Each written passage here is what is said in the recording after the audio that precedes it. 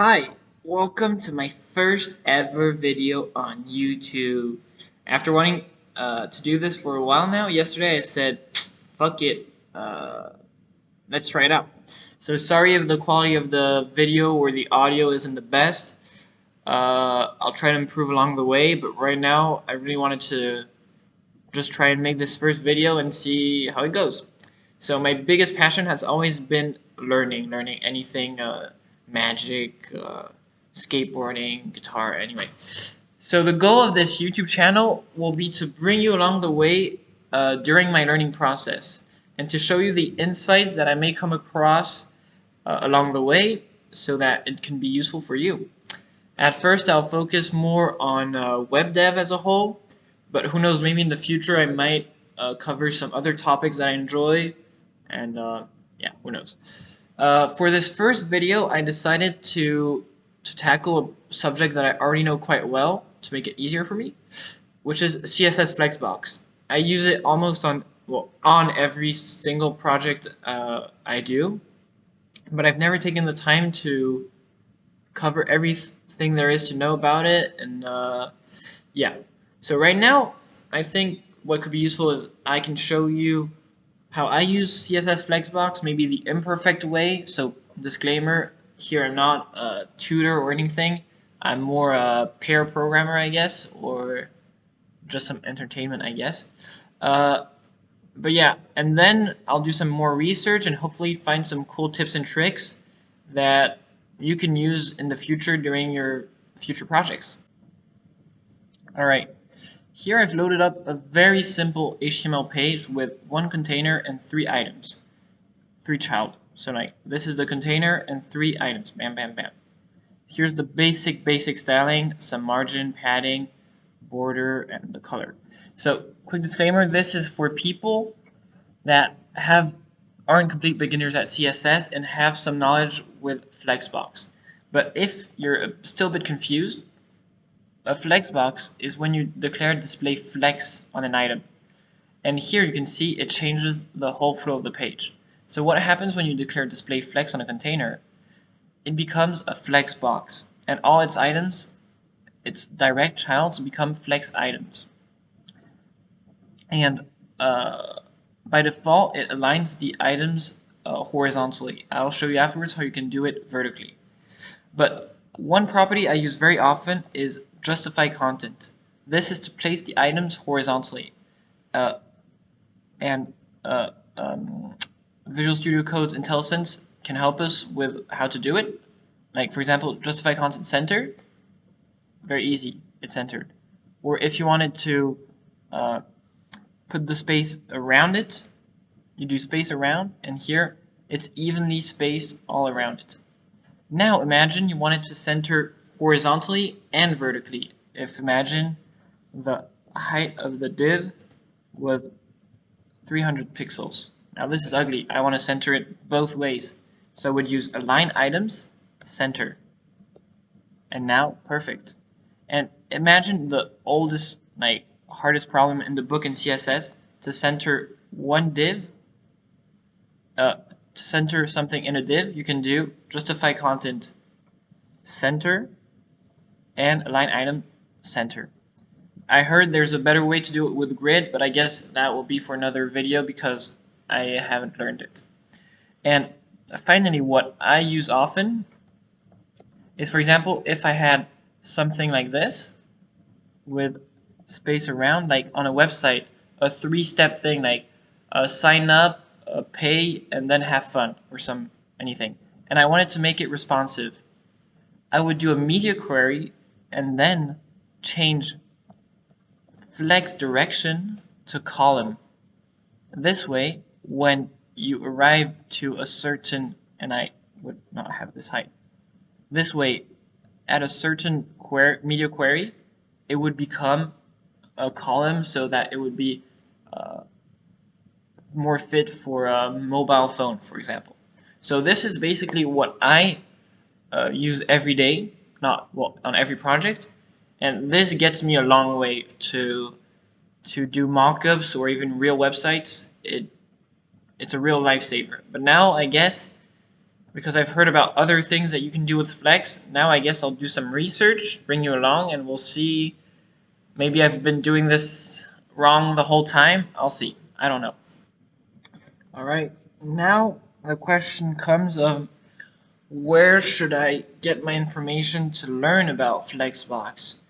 Uh, some people ask me often because I've been like learning by myself for quite a while, but little hint, I think the answer might be on the screen. Google, our Lord and Savior, is coming for the rescue. So, uh, what I'm gonna do is just type Flexbox CSS, and here, CSS Tricks. If you don't know, it's a great website to learn about CSS. And so here what I'm basically going to do is I'm going to read through this, and if I ever come across anything interesting that I would like to share, I'll share my screen and talk about it and show some examples. As I'm reading through this, I realize I forgot about one thing that I actually know about, which is there's flex direction row, column, but also row reverse and column reverse. It can be very useful to, in some cases, change the order of your elements, like this, with a simple property, and bam, it changes, I don't know if you saw that, the order of the elements. So that's great if you need that, basically. Alright, I just read about another thing called flex wrap, which I may have used everything from Flex at one point in time, but it was just like Stack Overflow, copy paste. So I know the names, but I've never like understood them basically. And so I've changed up the bit of the layout. So here in each item we have a span 1, 2, 3, 4, and here how did we center it?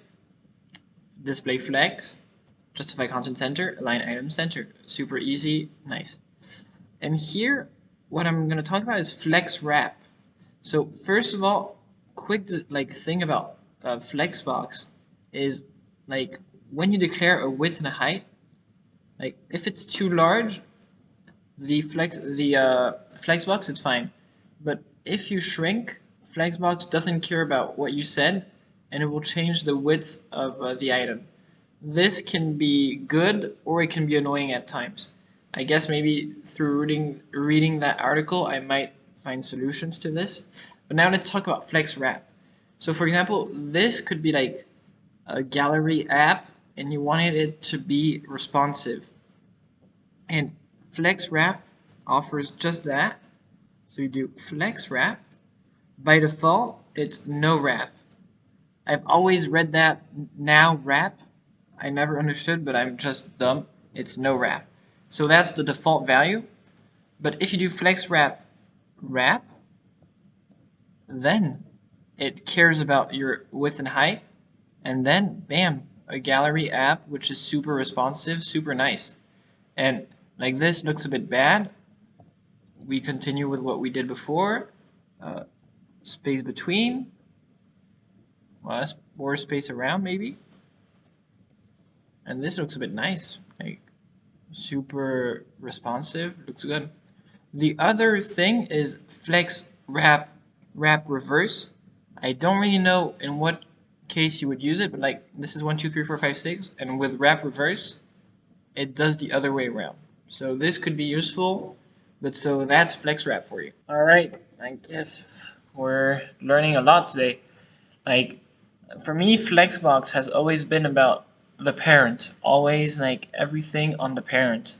But now I'm learning that there's properties on the children on the flex items. So the first one is order. It's pretty simple. So by default, the order is 0. But imagine, so I have 1, 2, 3. If I wanted to change the order, I could do order. Here I want this to be 1. This to be 3. Sorry. And order 2. And this way you can change the order of your items very easily. I don't really know when you would use it, but it's always good to see to know what tools you have in hand. Next interesting property I found on Flex items is Flex Grow. So as its name implies, it makes your item grow.